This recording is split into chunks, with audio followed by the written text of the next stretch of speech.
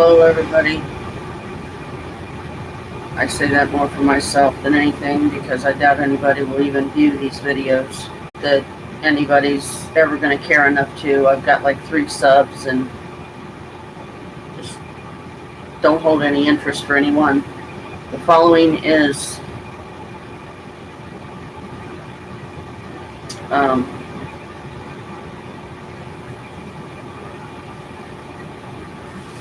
my toxic relationship experience.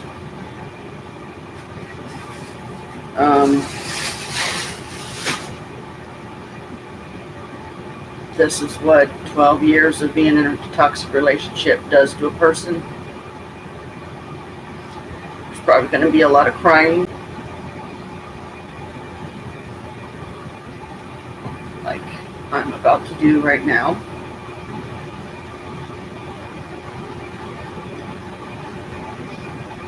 But this is my story.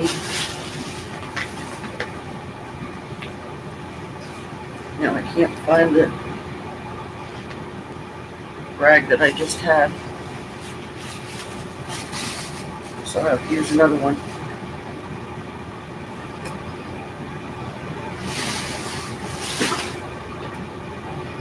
Didn't take too many Kleenex,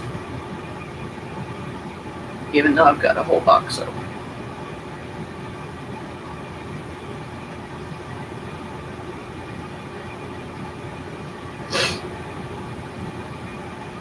When 2 people, I just hope that this helps somebody, somewhere, even if it's one of the 3 subs, if I even still have them. And I just ask that they help me get the message out. And I hope that I survive it. Mentally, emotionally, physically, spiritually. When 2 people come into a relationship, or what's supposed to be called a relationship, with baggage from both sides that has not been dealt with, that the 2 people can't talk about without fighting and arguing and yelling and screaming and blaming and criticizing, judging, and cutting each other down.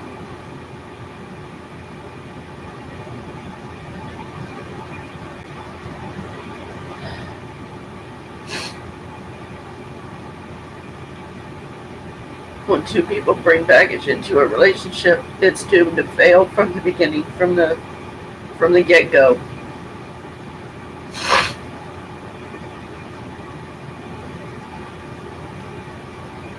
The person I was with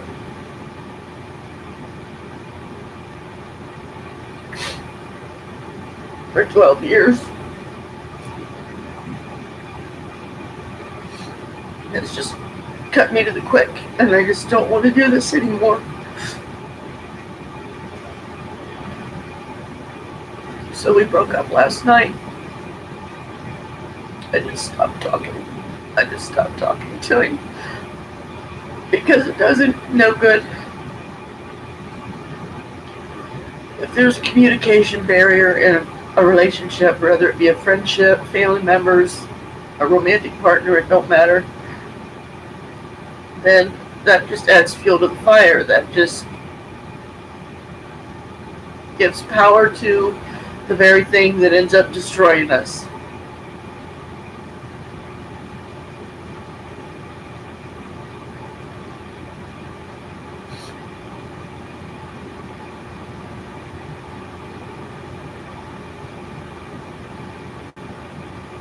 I have tried several times to talk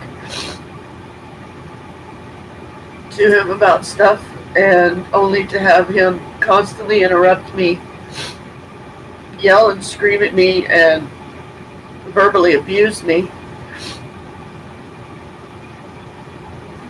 saying that all I do is sit on this couch on my lazy fat ass all day and do nothing. Well, he's no better. He has clinical depression, OCD, COPD, violent outbursts, usually verbal. He's never physically hit me or anything, but some of the harsh words that he has said to me and the hurt that he has caused me hit as hard as a fist.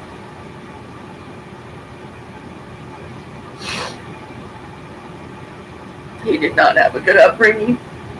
He's never gotten along with any of his family. He always got blamed for stuff that he didn't even do, including some injury to his father's hand or arm or something while he was at boot camp. He was away at Naval Aviation, He wasn't even there. And he got blamed for it.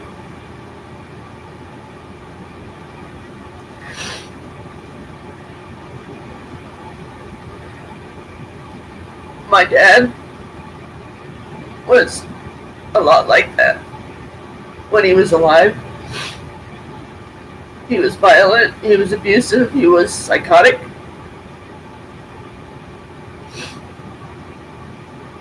I come from a dysfunctional, broken home full of alcoholics.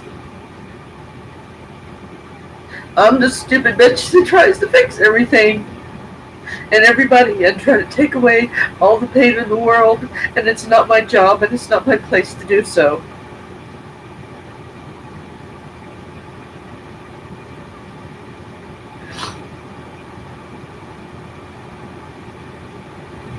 I feel like I'm the only one in the relationship, and so does he, so why are we together? That's not love. He thinks that I just keep him around to pay the bills. Well, you know what? He's right, because there is nothing else. There just isn't. He has sexual conversations with my daughter. He brings up sexual topics that make her uncomfortable, and she wants him to stop, and so do I. But he just keeps doing it. He has whispered conversations in the kitchen while I'm here with my daughter, saying that his hand's getting tired because we only have sex once every 4 months.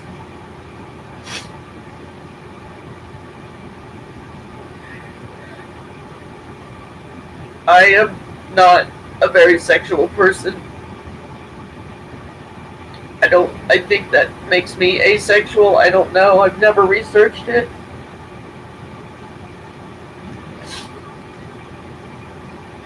I've had too many bad experiences in my life. In the 50 years I've been on this earth, one heartbreak after another, and as I got older, they got worse.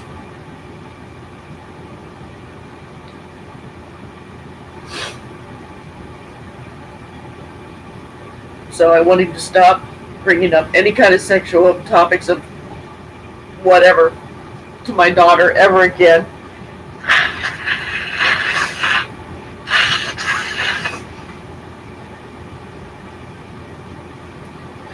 He's got so many pictures of her on his phone, it scares me.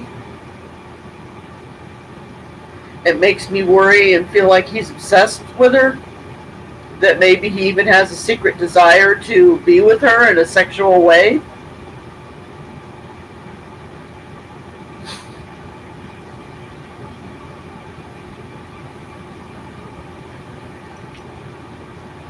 I've come home twice, 2 different times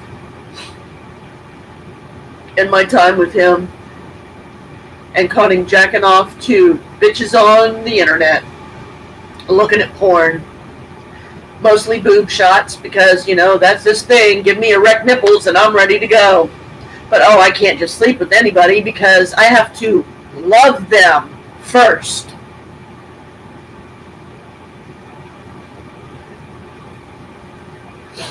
Like he's claimed for 12 years that he loved me and that he loves me or whatever. This is not love. This is codependency. It's toxic.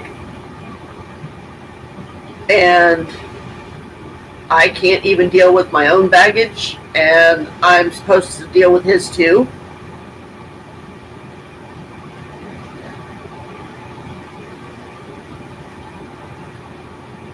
He rode his bike over to my sister's house right now to help her finish the yard sale, and I'm wondering how long it's going to be into this live stream before she ends up calling me going, what the hell happened? And all I would be able to say is, why don't you ask him? Because any rendition or, anything I say about it, he's going to say that it's wrong, that it's bullshit, that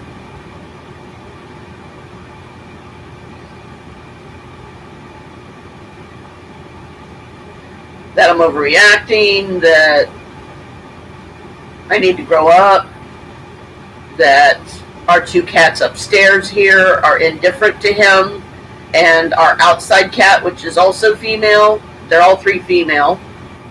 Our outside cat has attached herself to him, and he accused me just last night, after we had a really hard day together, lugging Naomi's stuff around so we could do her yard sale, and I don't even know if she made $80. And all we got out of it was $10 a piece. We were doing all the, moving the stuff out, setting the stuff up. Chris brought hot dogs and was going to sell pop, and for 50 cents a can, and then hot dog for $1.50. Not one single person, even acknowledged, I don't think, that the grill was on and that it, that it was available.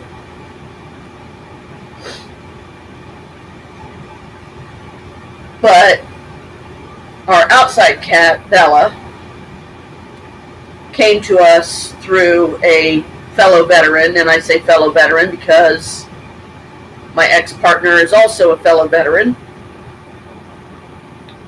And I won't give any names, and I hope YouTube doesn't chuck this video because of all the cussing. So I'll try to keep it down, and I'll try to reword myself so that I'm not swearing.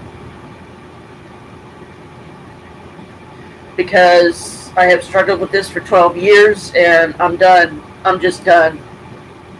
I don't want to date anymore. I don't want to date men. I don't want to date women. I just want my friends, and I just want to survive the day. So anyway, while we're over there, one of the things that my sister had us bring out for her was, a bunch of clothes. And there was a kilt as one of the pieces of clothing. Probably some piece of a costume or something that she had because she used to do Shakespeare, Shakespeare by the Bay when she lived in New York. And I'm guessing, because I just can't see where her deceased husband would ever wear a kilt. He was tall and skinny. It would look ridiculous on him. He's dead too.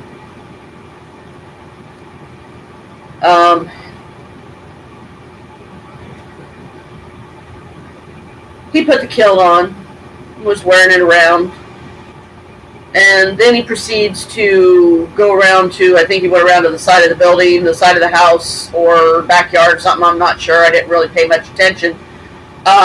Took his shorts off, had his boxers on under the kilt, but then he's running around, the yard, helping with the yard sale, looking ridiculous in his loud ass shirt and kilt with his boxers on underneath.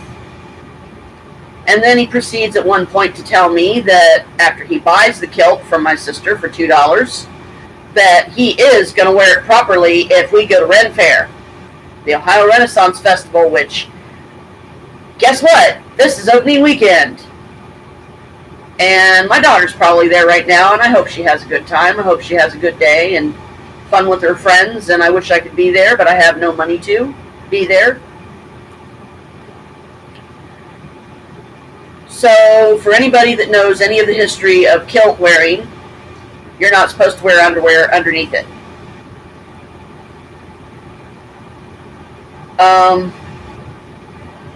So my horrific fear and imagination or vision or whatever was that if I would have allowed him to do something like that, and if we would have miraculously had the money to go, that he's going to see some other women running around, getting all, turned on by them and aroused by them, and it's going to be obvious. He's not going to be able to hide the fact that he's got a you-know-what. And then he's going to come on to me, and he's going to want to, go to some little place in this public place You know, he's going to want to find some little hidey spot and be all over me, Russian hands, Roman fingers, and suddenly wanting to do me, because really what he wants is he wants to do that person, but he won't admit that. He wants others to be sexually aroused by him, because I am not. I have my reasons.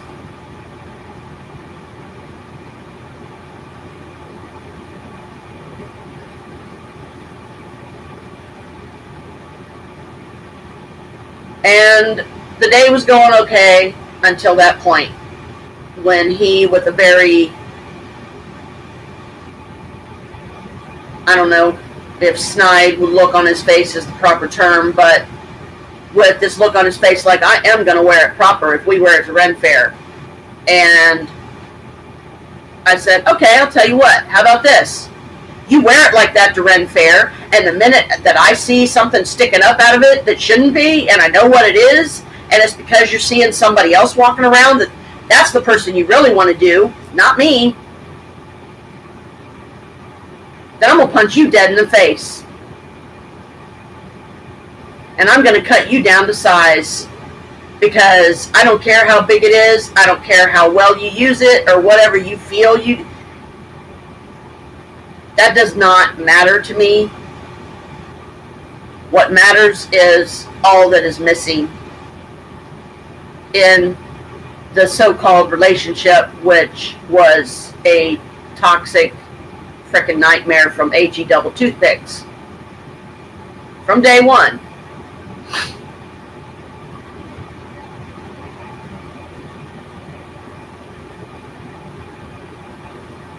I was depressed for the rest of the day after that, after his comment. My sister laughed about it. She thought it was hilarious, but I was dead serious.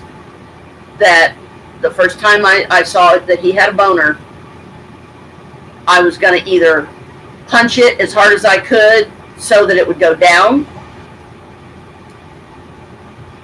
and then I would proceed to probably walk out of the gate, go back to the car, and just, wait until they,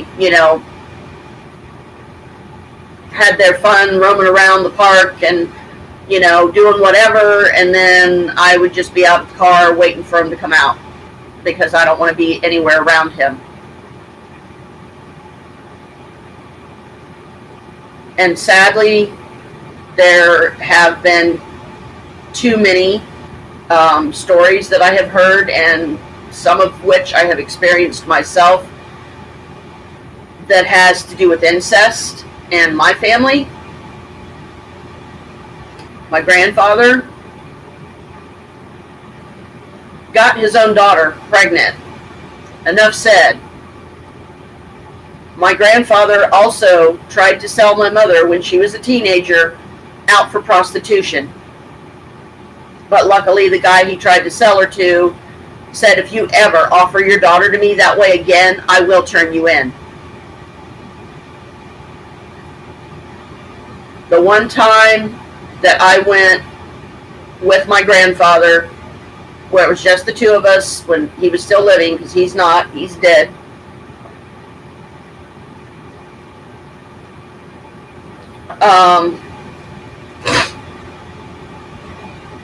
Had to turn my phone off. My sister's trying to call me, and I just don't want to talk to her right now.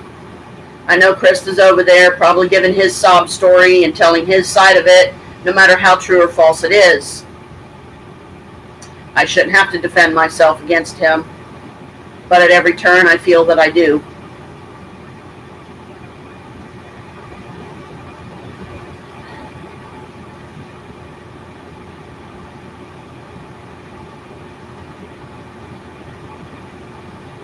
Trying to formulate my words, trying to, be careful, because I don't want YouTube to check this video, this live stream. But it's long overdue and it needs to be done. There are other circumstances in the past associated with this person that I no longer call a boyfriend, a husband, my love, or even my friend, that had to do with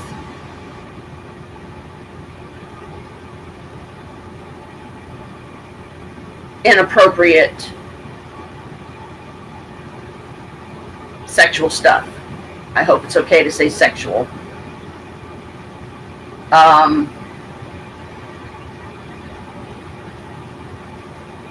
And one of which, this, much to my horror, I made myself witness to see if I could handle it and to see how my daughter reacted to it. So it was a cruel experiment to put her through, and I should have stopped it, and I wish I had now, but the damage is already done.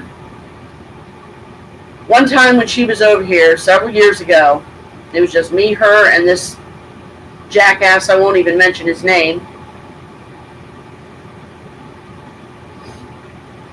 I'll just refer to him as Nick the Prick. And no, his name's really not Nick, but anyway, I'm not trying to be funny, I'm really not.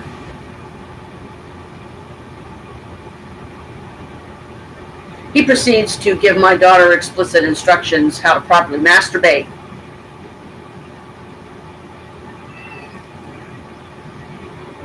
Red flag number 1. The whispered conversation they had in the kitchen. That he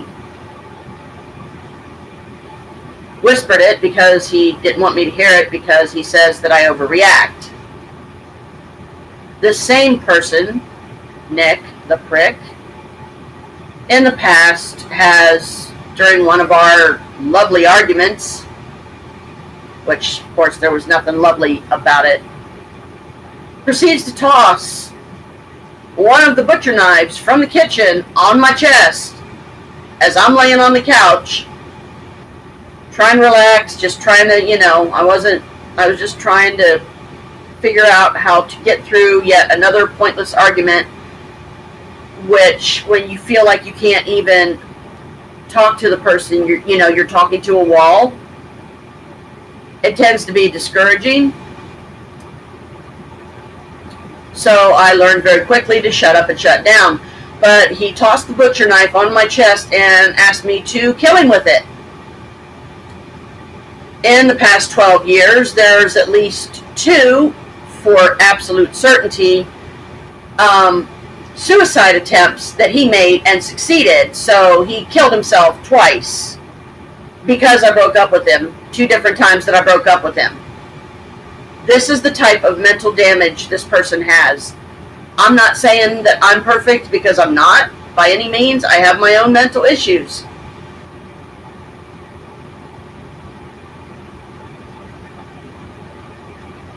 Then he goes one further and proceeds to pick out my sacred sword, which is not meant to take a life or even to draw blood. It is a Wiccan tool that you use to store energy in, so you can cast circles and stuff. He picks it up and points it at me in this same day. I think it was the same day. It's been so long I don't know now. That he tossed the butcher knife on my chest and told me to kill him.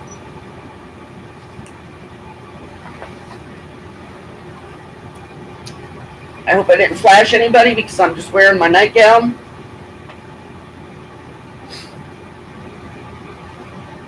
And I told him no. There have been other times when, tears streaming down my face, he blocked my path of getting out of the apartment because I was done being verbally abused by him. I knew the conversation was going nowhere because it was completely one-sided. Every time I tried to say something, I would get this from him: stop, stop, stop, stop, stop. And then he would start yelling at me and screaming at me again. I had my shoes in my hand, tears streaming down my face. I was getting ready to leave, just to get away from him. I have shared my home with this man for 12 years. I've shared my bed, I've shared my life, I've shared my children, my family. Tried to give him a family, tried to be a family. And this is what it cost me.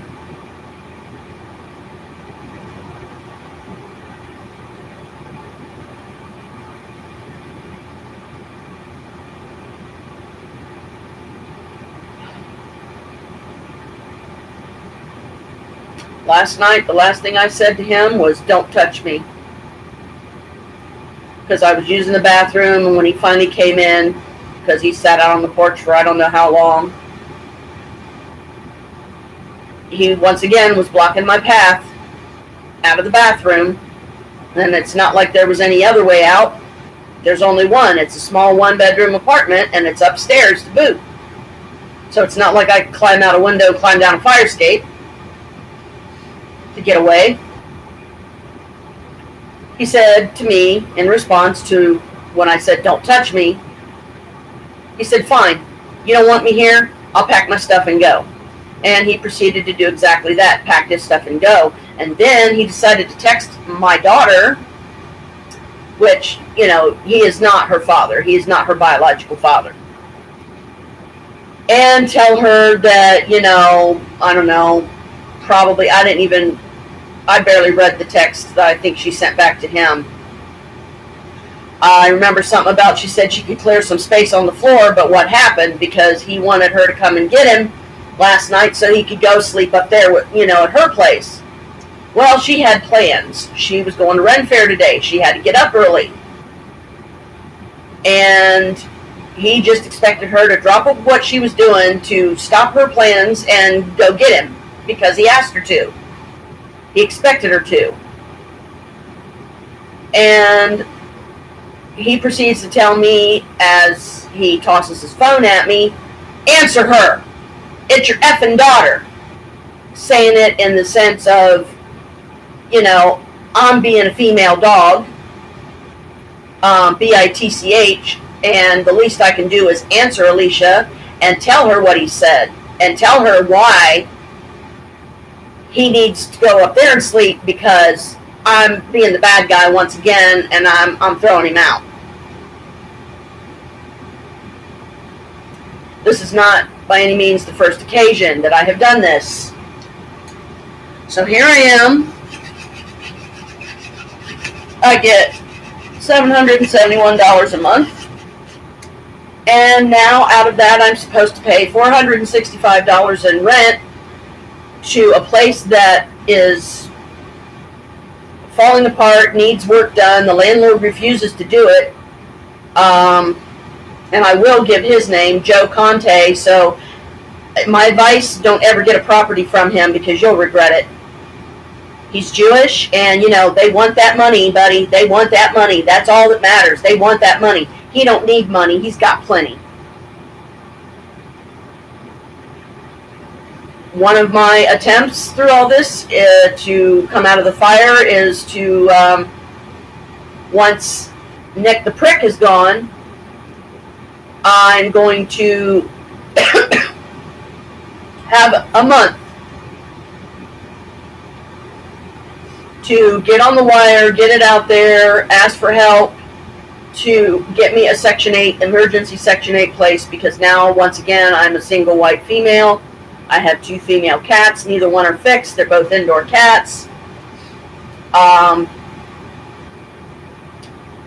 Joe Conte will not do any of the work in here that, last I checked, by law, as a landlord, he is required to do.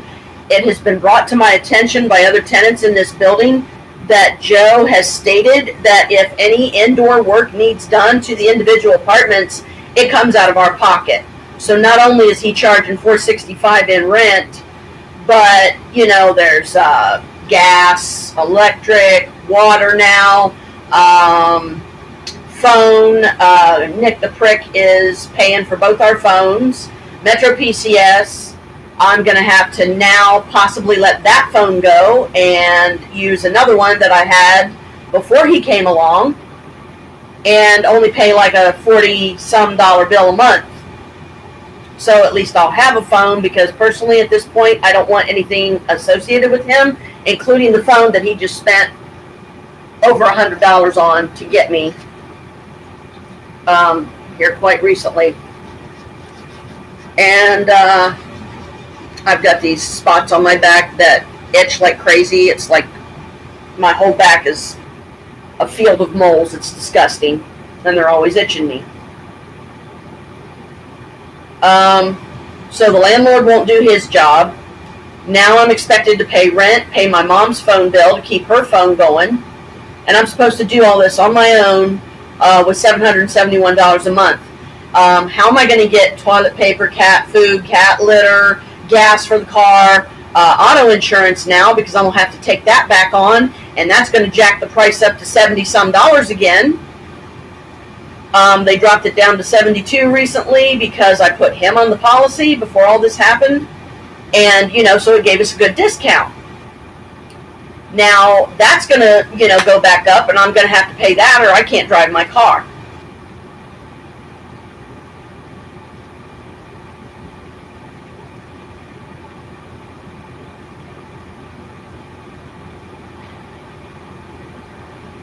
There have been incidents where he has been accused of being a pedophile, and that he has to register for the next 6 years, or I don't know how, what the statute is on that now. But they won't put his face on one of the little white cards that you get in the mail saying, by the way, a sex offender lives near you, watch it.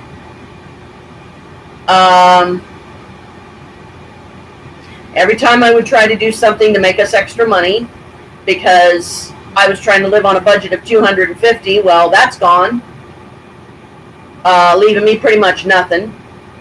And one of the things he said to me last night is, we got to talk, and I didn't say another word to him. He's like, fine, listen then, you got to pay the water bill, because that's the only thing that hasn't been paid yet, and I have no money to pay the water bill, so guess what, my water's probably going to be shut off. I need help. I need resources. I'm going to polo some people that I know later. It's a video message. Polo them and get the information out there. Say, look, can you guys help me? Me and Jackass broke up, and I'm on my own now, and I'm trying to figure out how to keep this place because I really can't afford to move. I have one car. I have only me. I have way too much stuff in here to sort through, get rid of. And there's not going to be anybody helping me with that. I'm going to try to get this place, get rid of enough stuff that I can get metropolitan housing in here soon, somehow within this month, if I can pull it off. And it's going to be like nonstop for probably several weeks, just me cleaning and get so that they can walk in here and do their little BS inspection that they do, and either qualify or disqualify me for Section 8 housing. I live in a very bad area.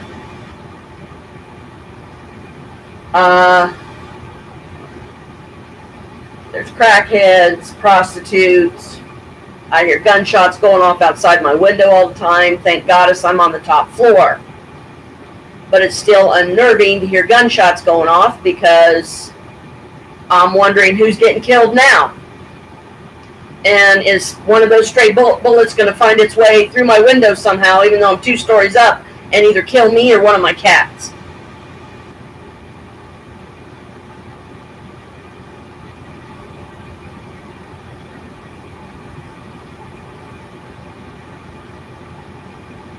So about, 10, 11 o'clock last night, I went down to my neighbor and pounded on her door, waking her and her husband up, her boyfriend. They're not married. And I was feeling like crap for doing that, but I felt like it was the only safe place I could actually call my daughter and at least try to attempt to tell my side of things before Nick messed it up, twisted it around to make it look like, once again, I'm the one that's overreacting. I'm the one that's being a bitch and unreasonable, and all the host of other things that he always insults me with.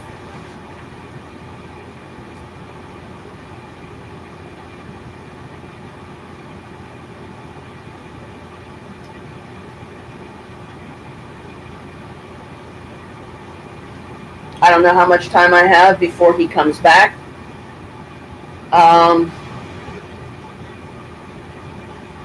The 2 cats that I have, they're gonna be traumatized from this too, and not to mention our outside cat, or the outside cat. It's not our anymore, because I'm making Daddy go away. And how do you explain to a cat that the reasons why you had to make Daddy go away? and convince them also that they're not at fault, that they have done nothing wrong, that mommy loves them as much as I ever have, but daddy's got to go.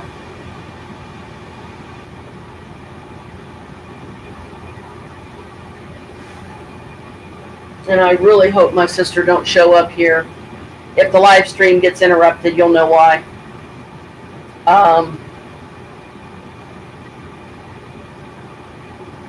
I don't mean to do so many long pauses, but I'm really trying to be careful at my word selection.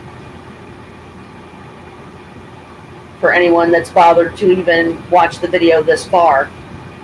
Hey, Kalika, come here. Come here, baby, it's okay. Come here. Oh, come here. I can't pet you way over there. My cat, Kalika, come here. It's okay.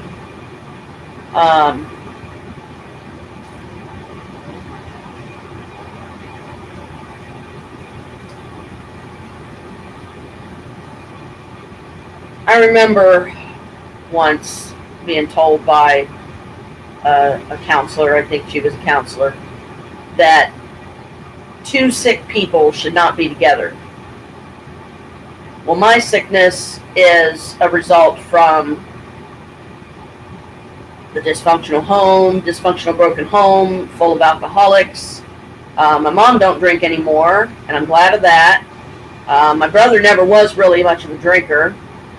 A friend of ours that lives with my mom, but they're just friends. They're not romantic involved. He calls her mom. He calls her mom. And calls my mom, mom. And yet I refer to him as dad. So it's confusing and complicated. Not worth mentioning right now. I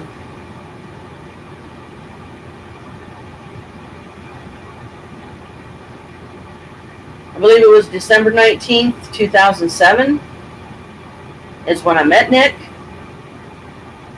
Met him at the City Center Mall. We tried to get together on Yule, but he was going to be unavailable because he was doing something with friends somewhere else. He's a witch too. And he also has, I forget how many degrees he said he has in psychology. Whoopee! Big deal. Oh yeah, so you know it all. Just tell me what I'm all about, fraud. You know, Mr. Whatever the guy is that I can't think of his name. Sigmund Freud or whatever. He was a psychiatrist or psychologist, and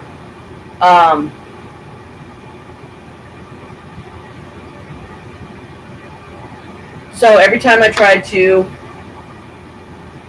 do something to make extra money for us, because we both were getting the same amount, $771 a month. He pays the majority of the bills. I pay all the rent.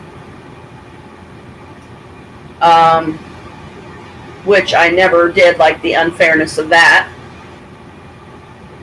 And I've told him as such many times. But like I said, talking to a wall, might as well have been, because, it's not like a wall's going to respond. How I talk to my cats, for those of you that are not witches that probably will not understand this, and I have to be honest, at this point, I really don't care.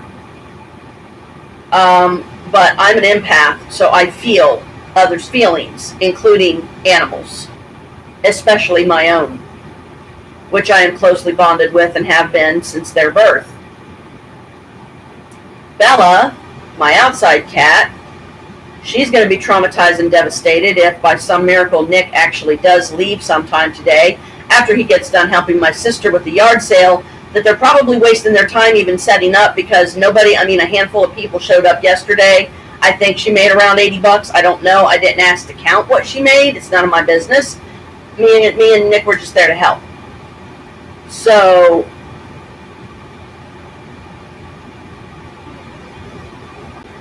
but he said, I'm going to go help your sister because I've already been paid for it, so I'm not going to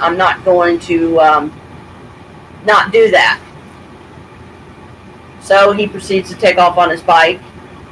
I don't know how much sleep I actually got last night, if any. when I did sleep, at least I didn't have nightmares. And I do have to say that I believe this is part of the release spell that I did, where I asked to be released from this toxic relationship. Well, enough said. It's over between us. It's been over, in my opinion, for the past 10 years. At least 10 of the 12. Maybe more. Maybe the whole 12. I mean, if two people truly love each other, then they should be able to talk about anything. If one or both of them lacks the skills, the necessary skills to do that properly, well, then you have problems, you have issues. I don't have a psychology degree, but he thinks that he knows everything because he does.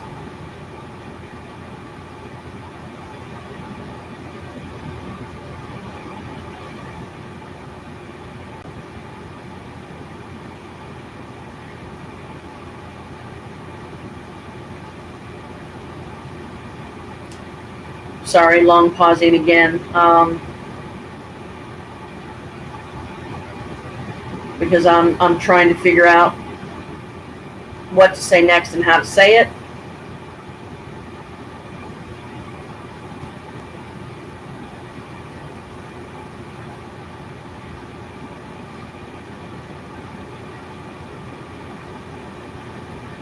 Part of my demands of Nick that I'm going to find some way to either do a video about it later and post it on Facebook, or if I could develop the skills to live stream it and, you know, upload the video to Facebook.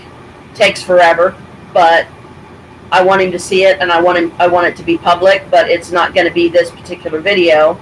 That video would be more something along the lines of, Nick, this is me talking to you the only way that I feel that I can get through. And I'm going to make it public, so just be aware of that.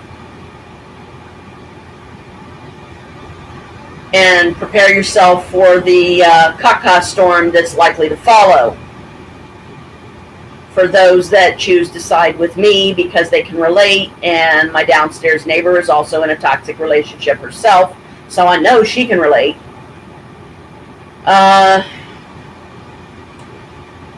My demands are as follows. I want you to remove every picture of me or anything associated with me, including the 2 topless pictures you have of me, one of which was only truly topless, but the other one may as well have been.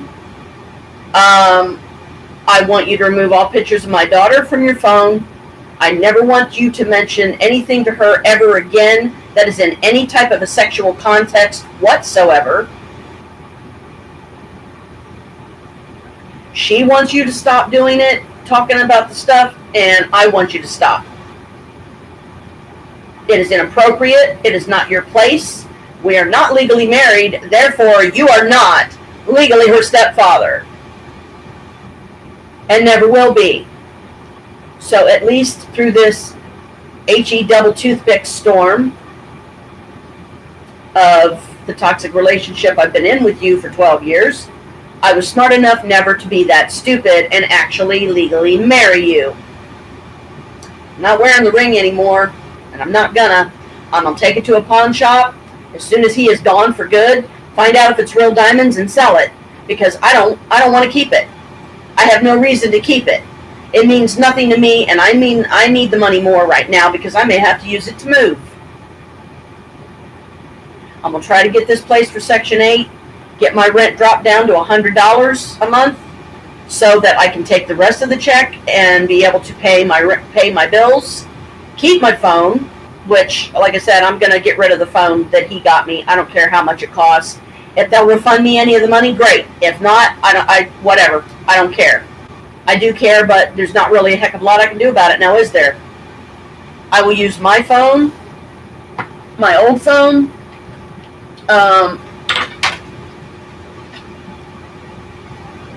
which is right here. Not that anyone cares, but, you know, it's collected some dust, and, yeah, the battery's, needs charged, and it's, pretty wimpy compared to this thing, which cost over $100, and that's not including the case. This one would only cost me 40 something a month. And right now, with the budget that I am now faced with and living on my own again, I may have to do, otherwise I'm not going to have a phone at all. I don't want anything to do with him. I don't want anything that he's ever gotten me, including the phone. This laptop, yeah, I will keep because it's the only computer I have. He's got a desktop in the dining room, and I don't know how long it's going to be before he comes and gets his crap and gets out of my life and out of my house and never darkens my doorway again, never speaks to my daughter again, and that she is smart enough to unfriend him, not talk to him anymore, because he's just going to use her again to get back in the door, like he did the last time. The last time we broke up before this, it was in the middle of winter, and he had nowhere to go. He walked around back and forth in front of the stores across from us for 2 hours, freezing, talking to his mother on the phone, and I'm sure telling her his little sob story, how, you know, I've thrown him out again, and I'm a bitch, and I'm this, and I'm that, and I'm, you know, all these other things, and you know what? He's no damn better.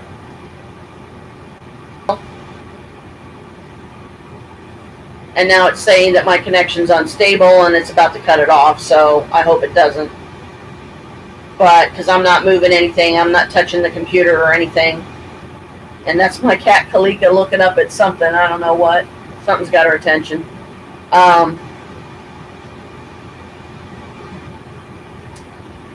I hope that my daughter will see reason and she will not talk to him ever again. She won't associate with him anymore. I'm glad that she refused to go get him last night like he wanted her to. Or come and get him from here so he could go sleep on her floor, because I didn't feel that she was safe around him, because I knew that he was going to try to use her once again to get back in the door, to make it like he's Mr. Innocent and I'm the bad guy, you know, I'm the bitch. He tells me that I took the one halfway good thing away from him by taking the outdoor cat away from him, ripping it away, because now I'm once again for the third time kicking him out on the street, and I don't want him to come back, and I didn't want him to come back any of the other times I did it. He claims we only broke up 2 other times. It seemed like a heck of a lot more than that to me.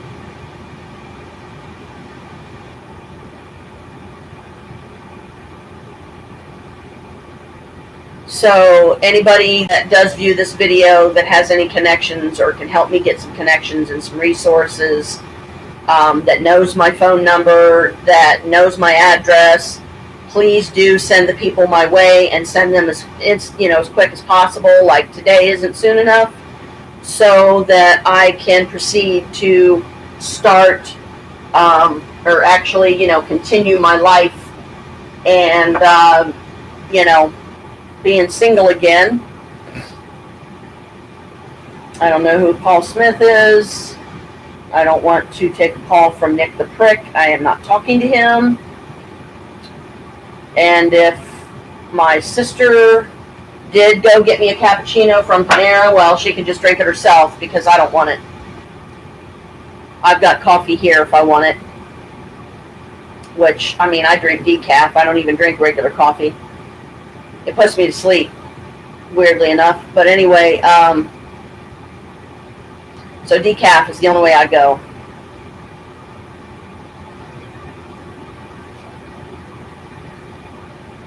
I hope that my daughter finally realizes just how toxic he is and gets away from him.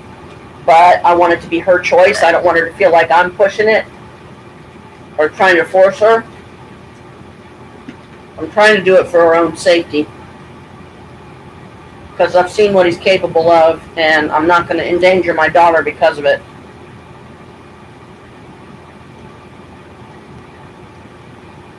I was just eating my gummy vitamins for the day. My stomach's empty. I'm thirsty. Don't have anything to drink. which I need to go get something because otherwise, if I don't, I'm going to sit here and dry heave and I have this horrible taste in my mouth that won't go away.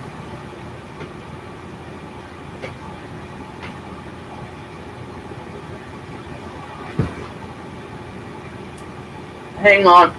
I'm going to have to pause this. Someone's knocking on my door. If I even can pause it. Is it possible to pause it? I don't know.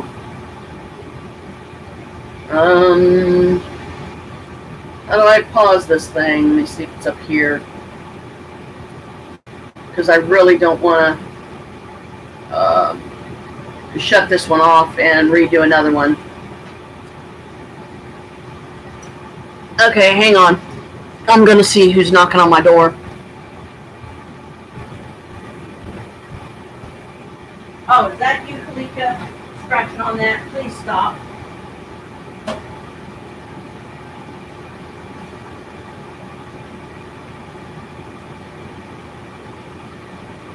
I need to get some pants on. It wasn't someone knocking on the door after all. It was just my cat. I'll be right back.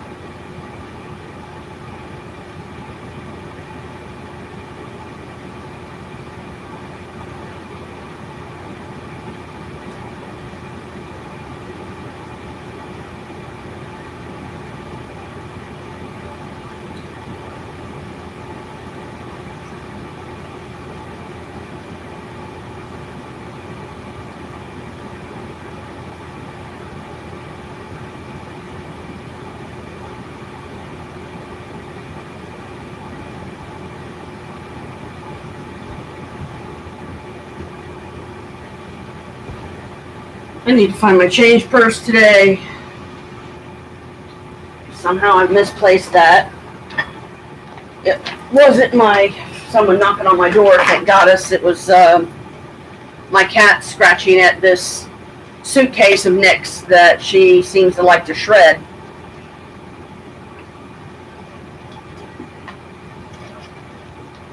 That currently has all his stuff in it. As much of it as is clean. Party mix. I have to get something on my stomach. And I'm going to eat the rest of it, and I don't care who likes it and who don't. Mostly meaning him.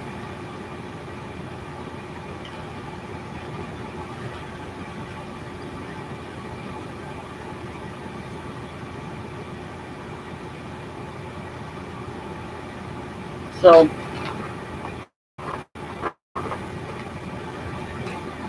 forgive my silence while I chew a few handfuls.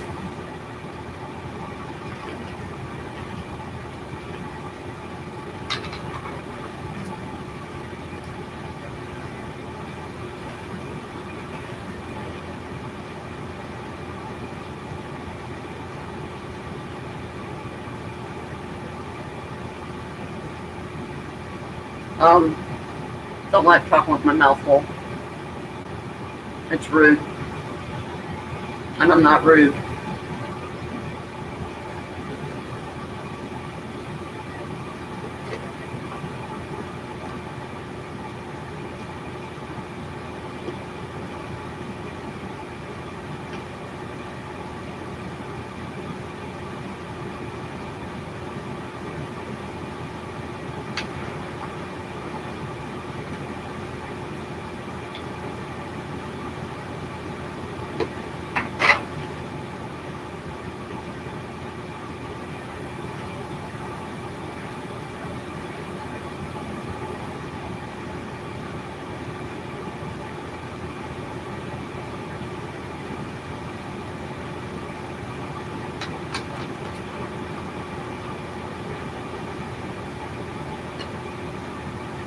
Sorry, I'm just really hungry.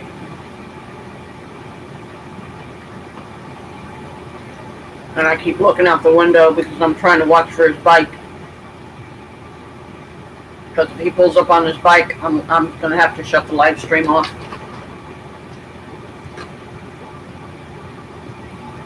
As much as I would love to leave it running,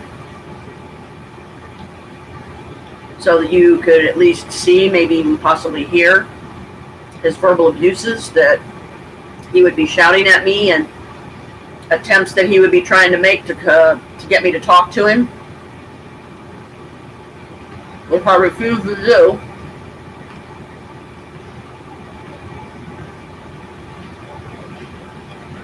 Which I refuse to do.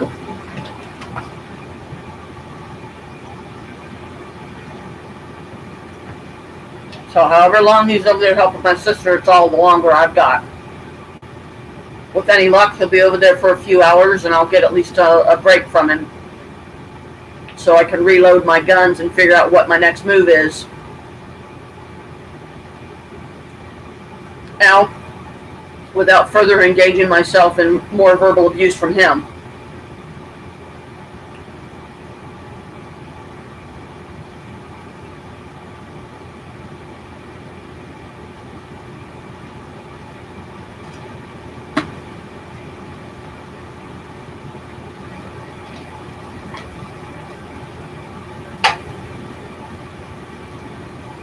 When we met, the first time I talked to Nick, was, and no, his name's not Rick either. If any of you have seen my videos and you actually know me, you'll know exactly who I'm talking about, so I don't need to give his name, do I?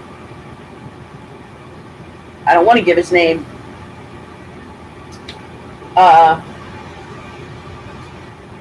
Because then he would just find some way to use it against me and once again, just, say that I'm just, being a little brat that's throwing a temper tantrum because I'm not getting my way.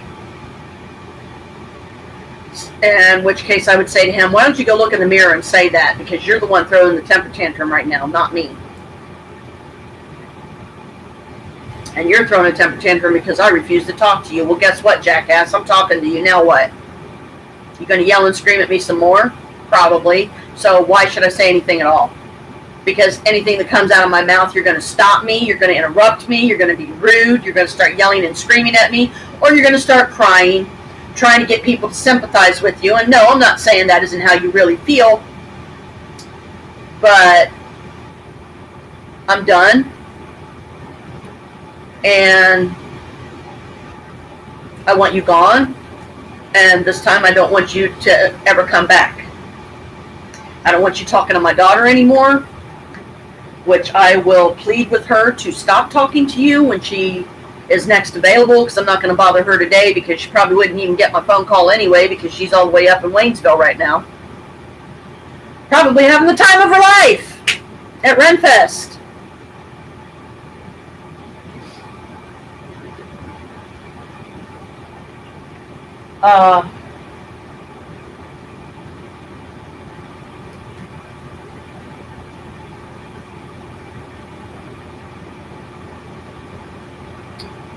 So when I first talked to him, it was through a online website that any of you feel free to go check it out. You might actually like it because it is for a good cause, and it's called Care2.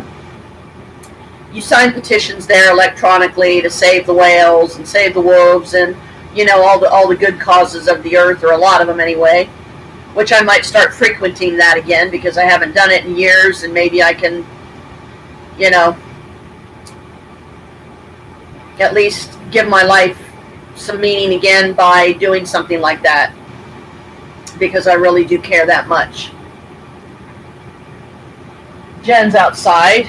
I won't give a last name, but she is the non-functioning autistic Fruit Loop in the cornflakes that lives in the building that I have tried to be a friend to, but she is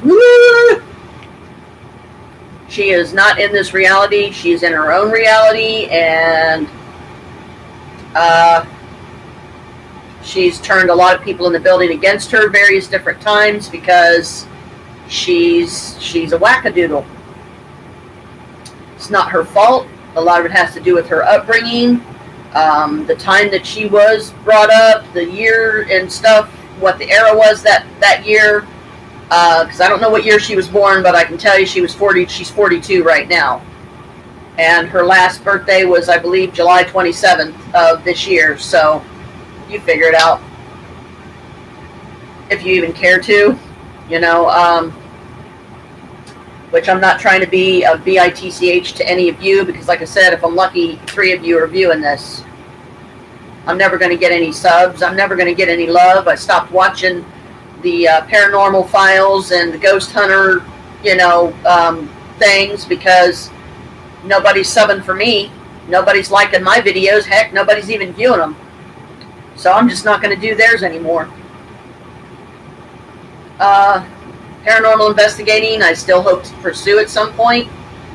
But now that my life is once again in a shambles because of this Nick the Prick, I've got to pick up the pieces and be my own glue and glue myself back together again. Anyway, first time I talked to him was online. I was on Care 2, and I noticed, some little icons at the top, and I was, kind of learning to navigate the site, learning the different other functions and features it had to offer, and see if it was anything that I'd be interested in. Well, I think I saw something that called singles or something, I don't know, and so I clicked on it. It dropped down a window, gave me a bunch of pictures and a bunch of good-looking guys, really gorgeous guys, and Nick is the only one out of 6 that answered me. So I took that as a good sign that, okay, well, maybe he's the one. Maybe he's the, obviously he cares enough to answer, so okay, let's give it a try. Worst mistake of my life. At least he was honest and upfront with me. He said a couple of things that before we, talk anymore, and I just want to let you know that I'm homeless. I don't have a job. I don't have a car. I don't have a place of my own, and I'll understand if you don't want to talk to me again. Being the compassionate person that I am and the loving person that I am, and again, I'm not saying that he's not compassionate and loving. Just not where it mattered in the relationship that I have struggled in with him for 12 years. And I'm sure he has a thing or two not so nice to say about me. I don't care anymore. Damage is done. But because, so I answered him back and I said, why would I not want to talk to you again just because you're homeless? I'm not like that. So we started talking and everything, and then we set up a meet date, and we just agreed to, meet December 19th, I'm pretty sure it was, 2007, City Center Mall, which no longer exists. He was reading a book called The Spiral Dance. It's a witch book for any of us witches out there that actually know what that is. And he had his backpack with him. I think it was yellow, and I don't remember the other colors it had in it. I made sure that I dressed very, extravagantly, but to me, I was just, dressing like a witch. I wasn't trying to, I wasn't walking in there dripping with diamonds and furs and gold and whatever. I had on some real pretty nice white knee-high winter boots that were white, and then I had a real pretty purple gothic gown on, because I told him that that's what I would be wearing, and so that it would help him to spot me. So I sat down in the little bleacher area that was, because they would have shows and different things there. They had a glass elevator in the center of it. They would have Christmas displays, during the Christmas time, and it was really pretty. Sometimes I think there would be some kind of performers there, or singers, or who knows. I never got to witness any of those that I recall, but so I'm sitting there, I'm sitting high up, and I'm looking at all the people around me. And I zeroed in on this one guy. And then he saw me looking at him, and I don't know if I guess because I saw that he was reading Spiral Dance, that I thought, well, maybe this is him. And then finally he, I guess, noticed that I was looking at him or something, and he looked up at me and silently worded and mouthed my name. And he said, Janet? But like I said, it was silent. And then I said, oh my gosh, Nick. And I ran down the bleachers to hug him. And, we went and sat down back up there on the top of the bleachers where I was sitting, and just started talking. And, he was jonesing really bad for a cigarette, and I didn't even realize that we had been talking for at least 20 minutes or whatever before I was like, oh my God, you must, need a cigarette. Where can we go so you can smoke? Because back then they didn't allow, you to smoke in buildings, and there's like more and more of that around nowadays. So there was a designated smoking area outside of the mall, so we went out there and was talking, and he seemed to think that, we would be okay, that, this was worth a shot, and so did I. So when we finally had to part for the day, because he was in a homeless shelter, so he had to get a permission slip to be gone for the day, and he only had a certain amount of time. Don't worry, I got shorts on now. Before he had to be back to the shelter, so he wouldn't lose his bed for the night. And I think he was living in a co-ed shelter. I'm not sure. It might have been all men. I can't remember now. It's just been too long. So he walked me to the bus stop, and then I think I don't know if he had his bike then or if he had a bike. And, he pursed his lips like a guy would do, to let you know that, hey, it's okay if you want to kiss me. But he wasn't forcing it or nothing. So I thought, oh, that's sweet. He's being a gentleman. So I kissed him. It was just a quick, like that. And pretty much from that moment, I guess, we became a couple. And, I got on the bus, and I have to say, out of all the people I've dated my entire life, the kiss on my lips, when he kissed me, his lips, that feeling lingered on mine for the rest of the day. So once again, I thought, wow, okay, this is hopefully a good sign. Now, let me give you a little bit of a backstory, how we met also, that I forgot to mention. I did a true love come to me spell. During a full moon, one time, I was sleeping on a twin-size mattress at the time, and, I was the only one living in this apartment. So the December that I moved in here, because I moved in May of 2007, the December after that I had moved in, so I'd been here all summer, and, was going into winter. Me and Nick met, and, I already mentioned the date and everything. So, it's pretty close to Christmas, right? Okay, this is cool. So I think it was like Christmas Eve or something roundabouts. He had a special permission slip from the shelter that he was going to spend the night with his girlfriend. So he had already started calling me his girlfriend. So I thought, okay, that's cool. We'll have Christmas Eve together, and so on and so on. Of course, neither of us really had any money at the time, and, I don't even remember how long after that before we even got gifts for each other. Anyway, I did a true love spell, crying on my bed, looking at the full moon, begging the mother goddess to please, bring true love into my life. And I said very pointedly to her, I said, if you have to hit me over the head with however many signs, significant signs that I cannot possibly ignore to let me know, okay, he's coming, and that he would be associated with this creature. It was a wolf. So I thought, okay, I said, and I should have, and this is where I messed up, guys. Really, really messed up. I know that there's people out there, some of which are in a coven that I am currently kind of trying to get into, but I'm not going to get my hopes up. And I won't know until Yule of this year if I've been accepted or not, and they want to do a whole formal initiation of my design, because I'm sorry, I don't do skyclad. I just don't.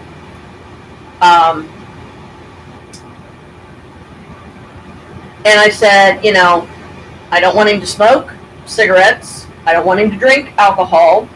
And I was just kind of checking off a list verbally, in my head, and I was saying it out to the goddess. I don't want him to do this. I don't want him to be like this. And then I got stupid, and I said, well, it's okay if he social drinks. Oh, it's okay if he smokes cigarettes, but I would prefer that he didn't, because I don't like them. I've never smoked cigarettes, and I never will. He's been smoking since he was 9 years old. He's 56, 55 now. So crying and pleading with the goddess to please send me this true love, and send me however many signs it takes to hit me over the head and get me to realize, okay, this is how you'll know when you've met him. I was walking across the parking lot one day going to a store, and just completely out of the blue, I said the guy's name, and I said that it started with a K and ended with a T. And I believe I said his last name, and I hadn't even met the guy yet. So I was like, okay. So I think I like put a mental note in my head of his name so that I would know him when I met him. Well, before I met him, some of the signs God's hit me over the head with that I asked her to hit me over the head with was I kept seeing the word wolf everywhere. I'd see it on license plates. I would just, I would see it on parks. I would see it on billboard signs. I would just see it just everywhere. Wolves, wolf, wolf, wolf, wolf, wolf. I thought, okay, apparently the guy likes wolves. Okay, that's significant. Okay, thank you. That's enough, And then it stopped. And then shortly thereafter, was the meet, where we met, and the meet and greet or whatever. Those moles are itching me again. Got to do another check outside to make sure he's not out there yet. Like I said, I'm hoping that he's gone for at least several hours. And he's probably on the phone with everybody that he knows, and I have a feeling he's going to end up in Newark sometime today. And I just hope that the person that comes and gets him, if my feelings are correct, and I'm pretty sure my witch thinks are, I don't want her to come here other than to pick him up. I don't want her to come inside. I just want her to sit out in her car and let him come to her. And he better not take the bike pump, because if he tries, then I'm going to tell him, okay, you can take it, but give me $20 because that's what I paid for it. And even though you paid me back, you might be, I know that you have a bike and everything, but you got money, or I'm sure that your little friend here, she'll help you get a bike pump, no problem. You're leaving that one for me because I'm going to need it for my bike. And so, the meeting happened and this whole thing, and he was here Christmas Eve, and I pretty much told him to move in that night. And he did. He contacted the shelter the next day and arranged to go over and pick up his things, and we had to ride the bus over there to the shelter to get his things. And, back then it was the happiest day of my life, and his too. I'm not saying that he wasn't a true love, but his idea of true love and mine are north and south of each other. They're opposite ends of the planet. And everything was fine for the first couple of weeks, I think, or whatever, before things really started going bad. And he just texted me asking him if I'm actually going to talk to him, and I'm not going to.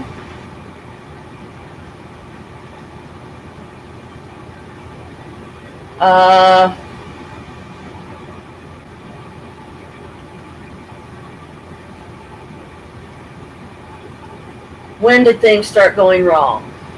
Why did things start going wrong?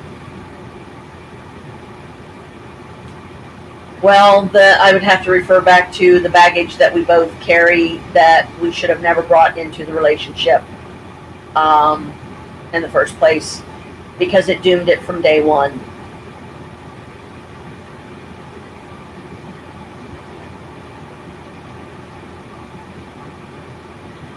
And here's just some, pointless stuff that probably nobody really cares about but me. He's not a romantic. I am. He is not a poet. I am. He's not the type of guy that gets you flowers. He might get them for you once in a while, but that's about it. He's only gotten me one diamond that I know of, and I'm speculating. I don't know if it's a real diamond or not, because I haven't had it checked. I am going to take it to a pawn shop and check it and see if it's real and see how much they would give me for it, because I don't want it. I just don't. I don't want it. I don't want him. I'm done.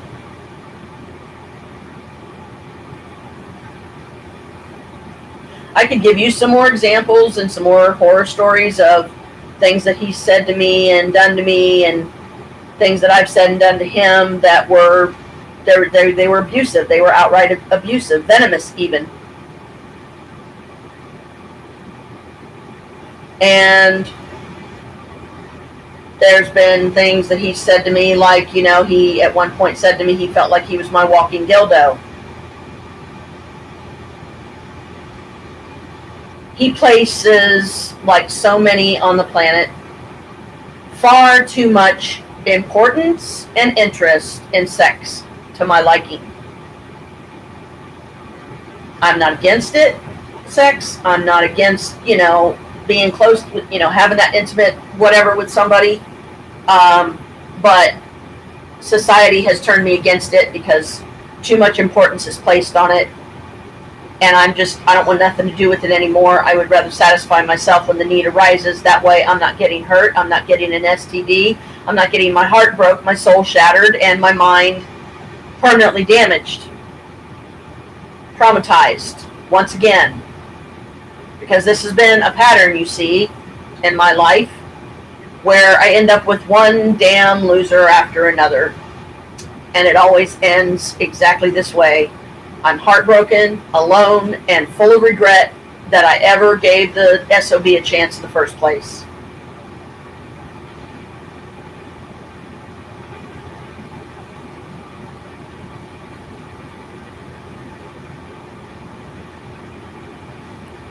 I will never speak to him again. I will never talk to him again. I don't care who asks me to do it. I don't care if somebody offers to pay me to do it. I'm not doing it. I will never speak another word to him. Never.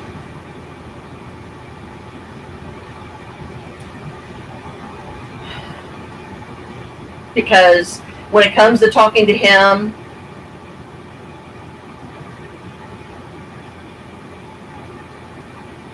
it turns into a fight. It turns into yet another pointless argument that somehow through it all, I'm to blame.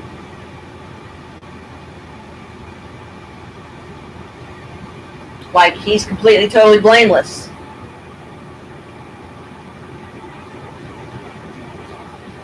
Every time I've tried to talk to him, I get stop.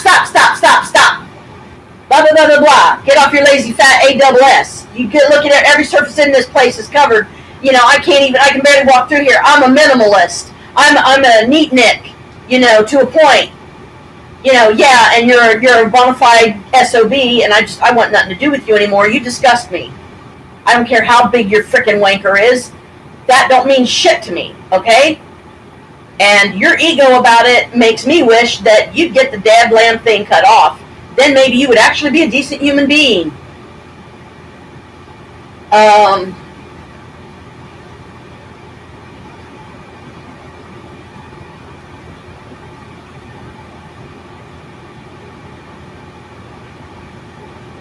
My stuff is not the only stuff in here. My stuff is a lot more, yeah, larger amount, sure. He's called me a pack rat, he's called me a hoarder, he's called me hypochondriac, overreactive, oversensitive, unreasonable, irrational, that I got to be, you know, high on my pagan mix 24/7 from sun up to sundown. And that's not true.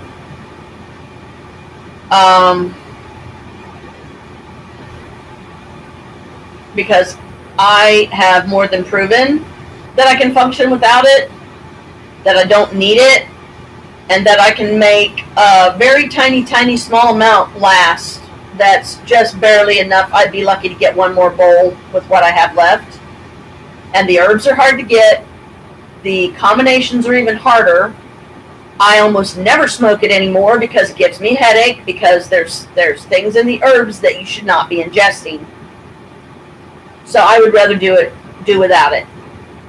I need the money more that I spend on getting those herbs and trying to get the portions right. And there's 3 different herbs. Skullcap, Damiana, and Coltsfoot. That's all it is, folks. That's all it is. I don't have to prove crap to you. I don't have to prove to you that it is or isn't. I know what I'm smoking, and that is what it is, okay? Believe me, don't believe me, I don't fucking care. I'm just at a very pissed off, fed up point in my life, and forgive me if it seems like I'm attacking you, because I'm not. I'm not trying to. And I'm sorry if it seems that way. I'm just this fed up. This has been 12 years of HE double toothpicks that I don't want to be in anymore. I don't want to do this anymore. I don't want him anymore. And now I'm going to have to once again pick up the pieces that are me, because there's nobody else around that's going to pick them up. Figure out how I'm going to continue living here with $465 in rent and probably roughly about a couple hundred, might as well say $250 or in that neighborhood of money for bills, and then my money's gone, so I have no way to get any cash items that I need that you can't buy with food stamps, like toilet paper and stuff, gas for the car. I've mentioned the list before, so I'm not going to do it again.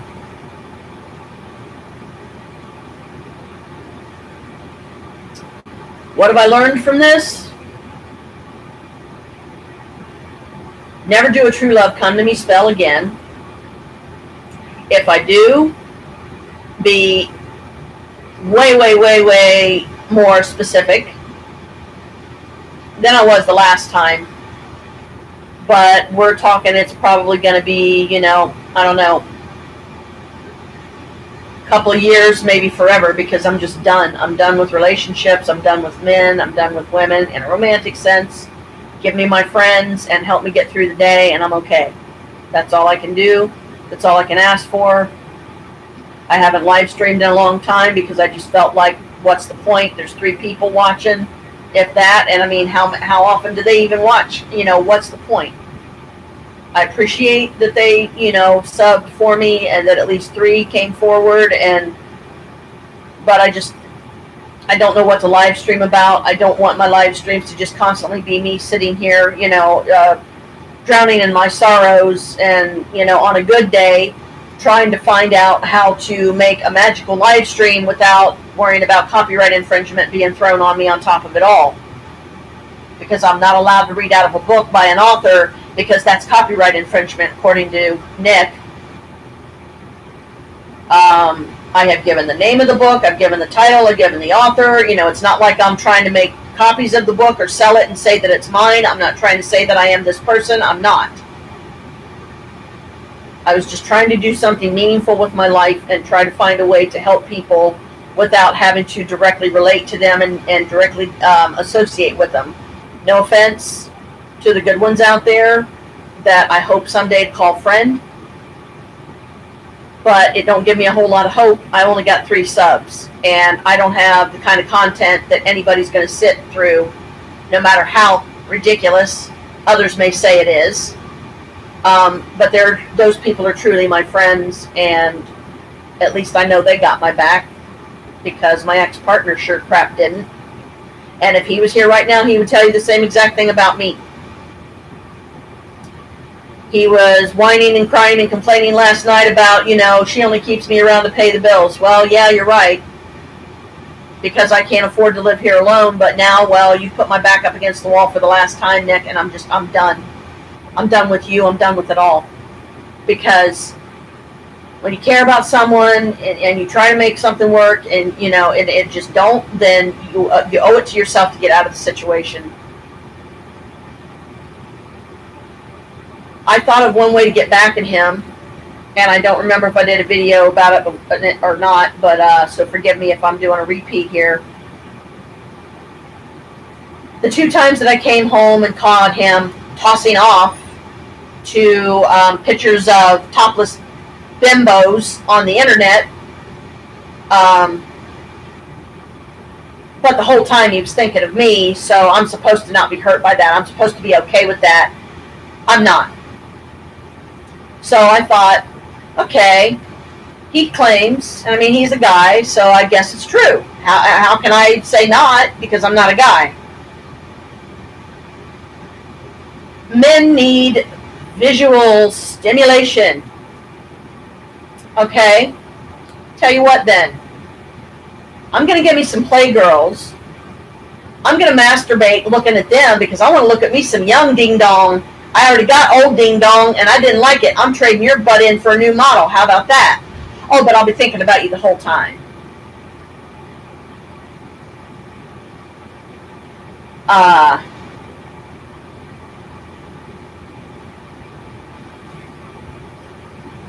That don't work.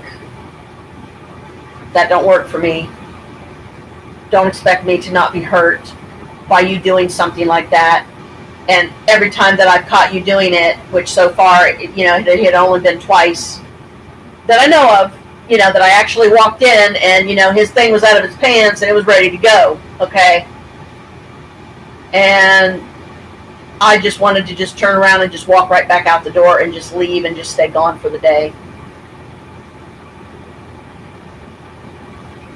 I have been, like I said, hurt too many times by too many people and used for basically a sex toy. That I'm done. I don't want nothing to do with it anymore. I mean, I'll start putting saltpeter in my own food so I won't ever get the desire again. There's plenty of other ways to live life and be completely happy without that burden.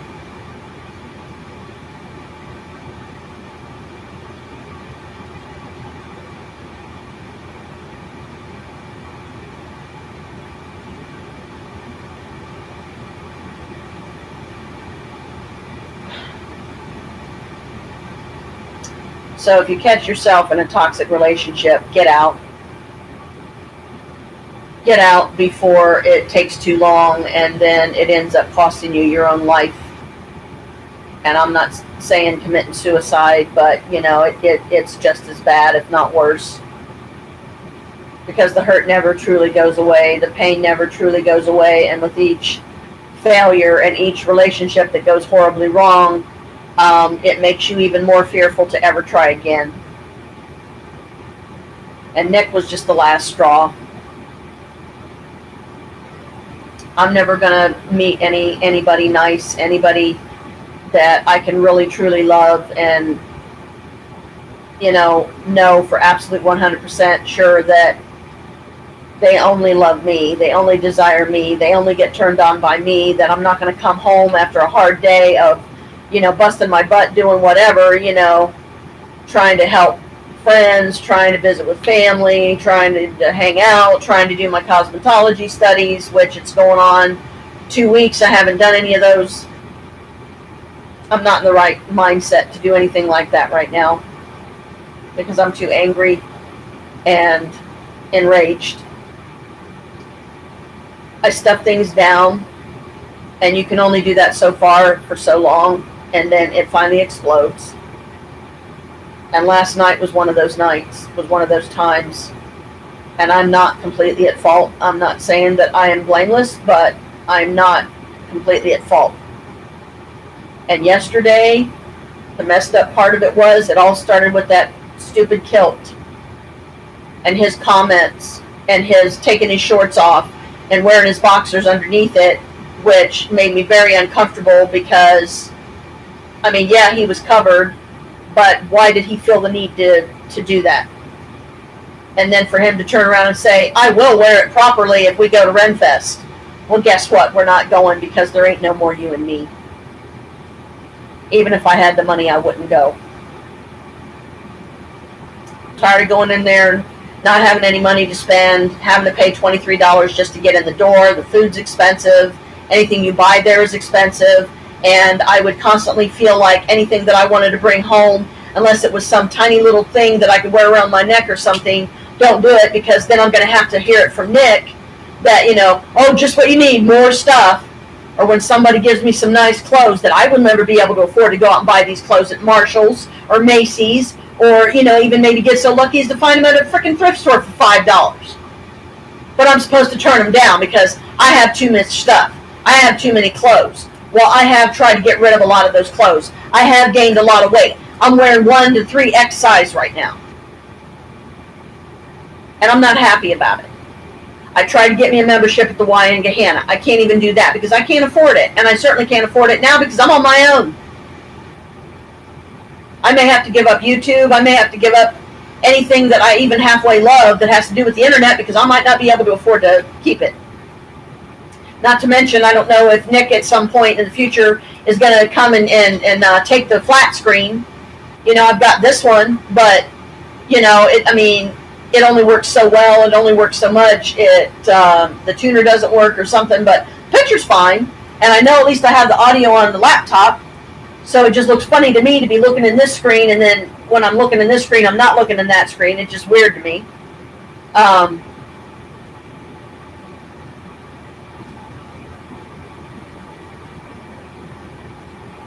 There is no talking anymore. I'm done talking to him. I'm done trying. I'm just done. I've been done for 10 years, and we've been together 12. Where things started going wrong, I would have to say, in all honesty, was when he started bringing beer into the house. When he decided that he was going to bring things into the house that I was uncomfortable with, like beer, because, you know, of the horrors that I have suffered in my youth and even into my adulthood of the alcoholics in my family, which most immediate, there was only 3. My sister being one of them. She is trying to stay away from it, and I hope that she finally does find the strength to do that this time, because this ain't the first go around with her. And if you suddenly see me look up and then I suddenly end the live stream, it's because he's walked in the door. And I hope he doesn't. I hope he's over there for at least several hours today, because it's the only break I'm going to get from him. Because when he's back here, I'm going to go into silent mode again, and I'm not going to want to talk or say nothing as long as he's around. I don't ever want him to hear my voice again.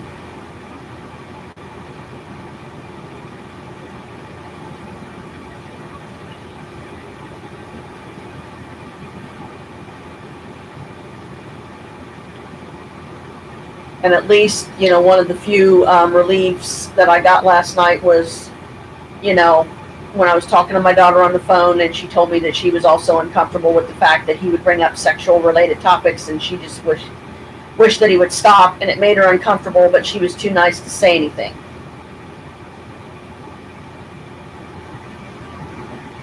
When she vents, she calls him. When she's having a bad day, she calls him.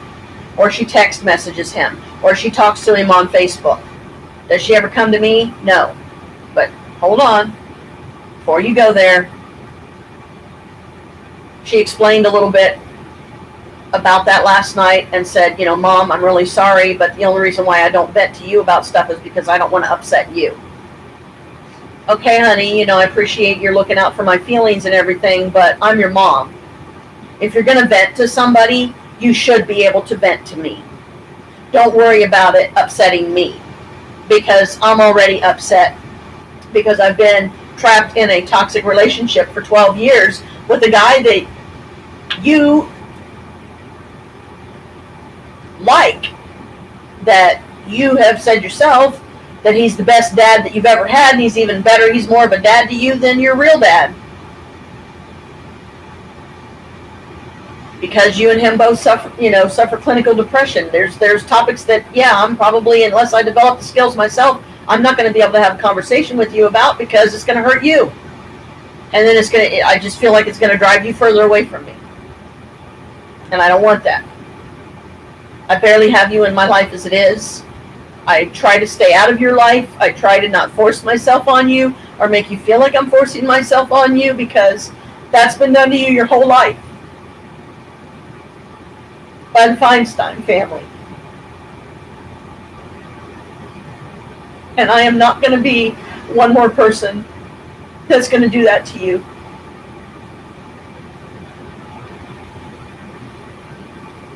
I don't know what to do. I don't know what to try to do. I don't know how to even try to talk to her,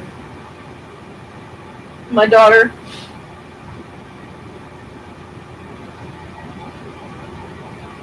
Because I don't want to hurt her either. I don't want to put her through it. She went through it when me and her dad split up. She's been forced through it all her whole life. She has grown up in a war zone and taught that every side she picks is wrong. Forced by Sheila Goad, the BITCH in Florida, that I wish somebody would just, I wish she just wasn't here anymore. That she would just go away and leave my daughter alone. Because my daughter's dad is adopted, so in my opinion, Sheila has no legal right to her. But yet she forces her to come out there and spend time with her when she wants her to come out there and spend time with her. And oh, you know, if Alicia makes any plans to do something else, then oh no, she's got to drop everything and go see Sheila when Sheila says or else. Everybody pays for it. That bitch Sheila forbade Alicia as a little girl to mention the word mom around her. Meaning me.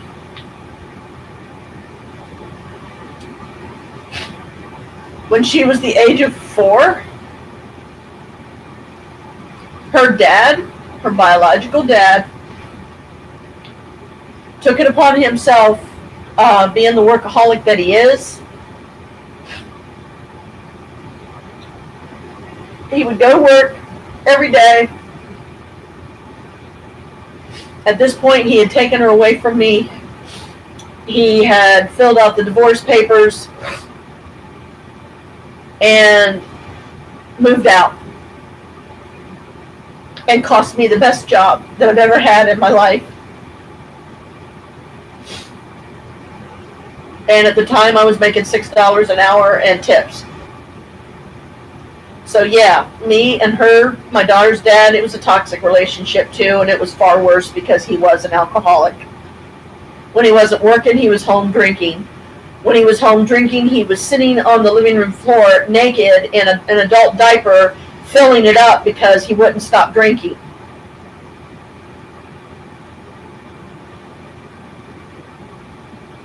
So at the age of 4, he would leave Alicia alone all day long. Alone. Didn't even have the decency to get a hold of me and help me get up there so at least I could be with her until he got off work. She had to learn to take care of herself. And I'm really proud of her because she did a bang-up job. She did a really good job. Not bad for a 4-year-old, and she's an indigo child to boot. She's an indigo child because I am. She's a star seed because I am. Doesn't matter who fathered her. I am her mother.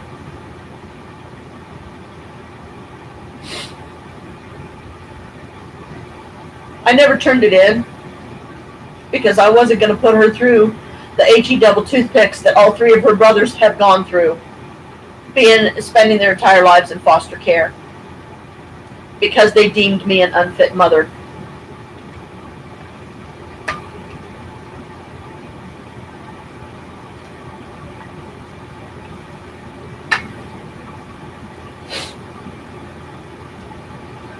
Alicia said her earliest memory, one of her earliest memories, was at the age of 2, when her dad came into our home where we was living at the time, a trailer in Marysville, and proceeds to tell me that, you know, he shows me the divorce papers, and he brought her with him. And she's running around the house, and, you know, she's thinking everything's okay, and, you know, mommy and daddy are okay, and no, far from it. The Feinsteins and Sheila Goad forced her dad into a corner and said, you either leave her or we're going to take Alicia from you. And they would have done it because they had the money. They can buy anybody. Sheila is Russian. She has Russian, you know, ancestry. And Donald Feinstein is Jewish, and he has riverfront property downtown Columbus, a pet house on the 17th floor that as soon as you walk into the lobby, it looks like a 5-star hotel. you have to push a button to get permission to park in their garage because it's that private. But Donald has always referred to me as scum because I'm poor.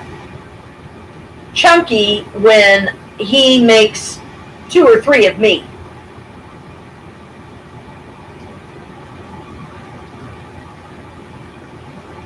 Alicia said once she realized when her and her dad went home that night after he shoved the divorce papers in my face and forced me to sign them, tears streaming down my face, heartbreaking and shattering, and our little girl running around like, oh, everything's great. No, it wasn't. Her dad killed me that night. He shattered my soul and broke my heart, and he did the same thing to her. On one occasion when she was little and I was over at his apartment visiting with her, just to show his power, he told her to go to her room and scolded her like she had done something wrong, and she dropped her head and started to go to her room. And that's when I drew the line. And I said, what did she do? And he said, I'm just kidding, sweetie. And then he's smiling and laughing like it's just some stupid little joke. That's the kind of person her dad is, and that's just one example. Don't even get me started on him. And her brother Michael was present at the time, so he witnessed it too. And it made him just as mad. But back to when she was 2 years old and she realized what he had done and that she was not going to be able to live with mommy anymore. She was so angry at him that she went in and beat the crap out of her bed, imagining that it was her dad. Because he ripped her away, and the Feinsteins helped him to do it because they had the money to push the divorce. And if I want my, the Feinstein name dropped and I want my maiden name of Mavius back, well, I'm going to have to pay over $200 to do it. But then Donald will reimburse me and pay me back. No, he wouldn't have. I keep the last name for my daughter. I don't have the money to get it dropped legally and, get my Mavius name back. And she has told me on more than one occasion that she would love nothing more than to drop her Feinstein name and take my last name of Mavius. What does that tell you, folks? Her biological father's not exactly on her favorite list. But she loves Nick to death. Hopefully not anymore after the last night. Me crying at my neighbor's table in the middle of the night, afraid to come back upstairs because I didn't know what Nick was going to do next.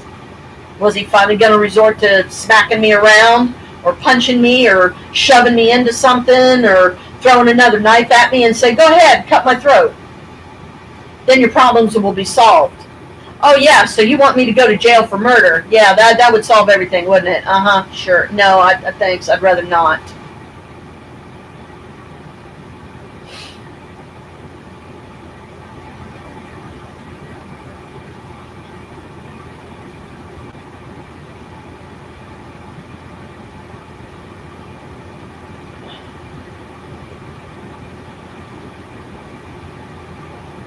I called Donald's voicemail one time, and I said, I want you and your horrible family to stay out of me and my daughter's lives. And I've been paying for that ever since. And Alicia is getting the worst end of it. Because you see, she's not a human being with feelings and, she's not an adult that, can make her own decisions and choices. She's their little trophy that they parade around in front of all their rich friends and say, oh, look what our granddaughter's done. We're so proud of her. She's done this, and she's achieved this, and she's accomplished this, and we're just so proud of her, so proud of her, so proud of her. Aren't we great? Not! You give any good Jews on the planet a bad name. Donald Feinstein. And I wish that you would just go away too and leave my daughter alone. And oh, here's a kicker. When Donald Feinstein dies, Alicia gets his entire estate. Oh, joy. She deserves it. Yes, absolutely. After the crap that she's been put through by that family, she deserves it. But how she chooses to use it, that's her choice. Nothing to do with me. It's not like she's suddenly going to go out and find a nice, lavish house somewhere and say, come on, Mom, you can move in with me. It'll just be the two of us. Or here, Mom, here's your own place. And, we'll figure something out.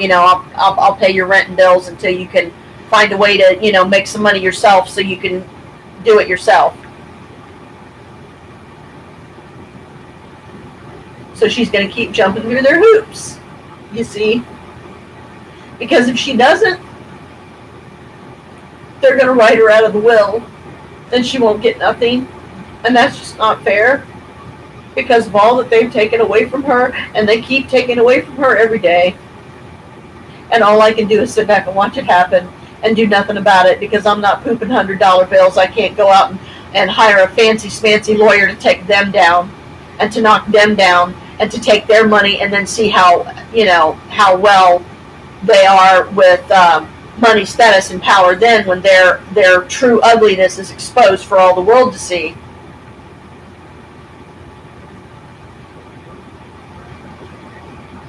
And his wife that he's with now, Mi-young,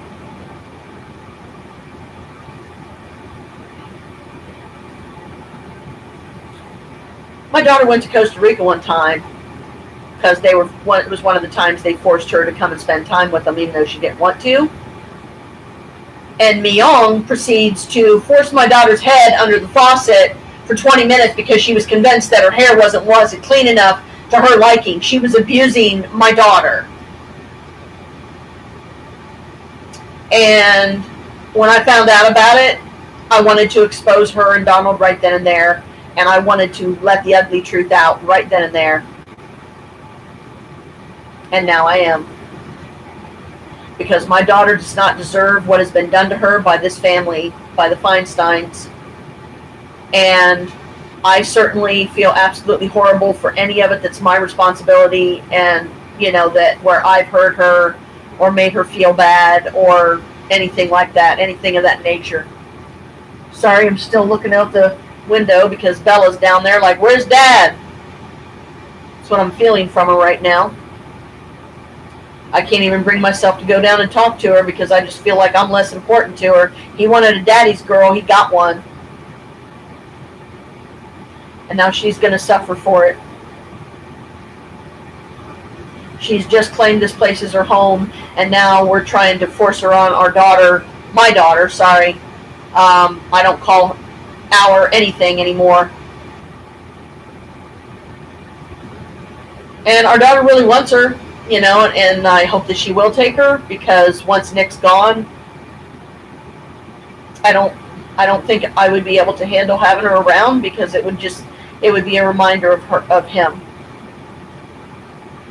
And now I think about things like all the parks that I'm never going to be able to go to again.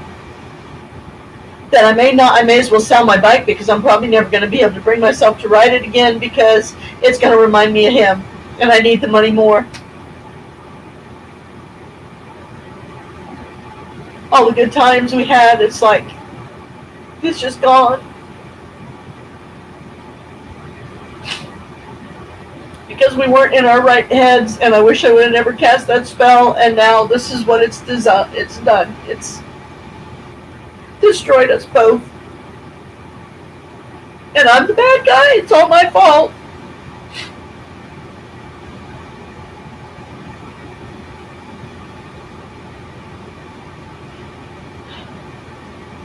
It's all my fault.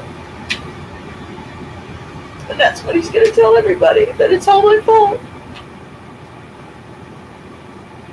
Even though it's not. It's a situation that should have never happened, because I should have been more specific when I asked for true love, and this is the price I've paid for casting a true love spell, and I'll never cast one again. Not when this is the consequence.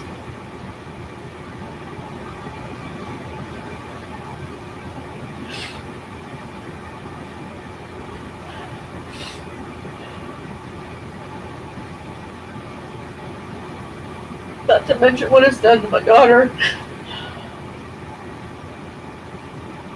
And I can't take that back. I can't undo it. I can't make it right.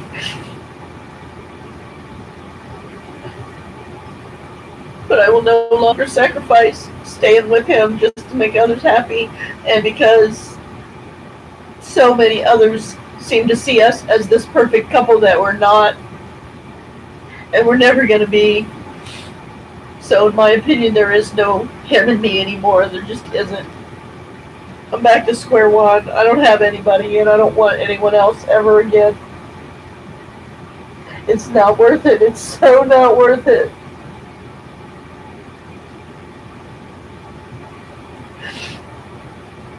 If this is the price you pay for love, I don't want it. I'm done.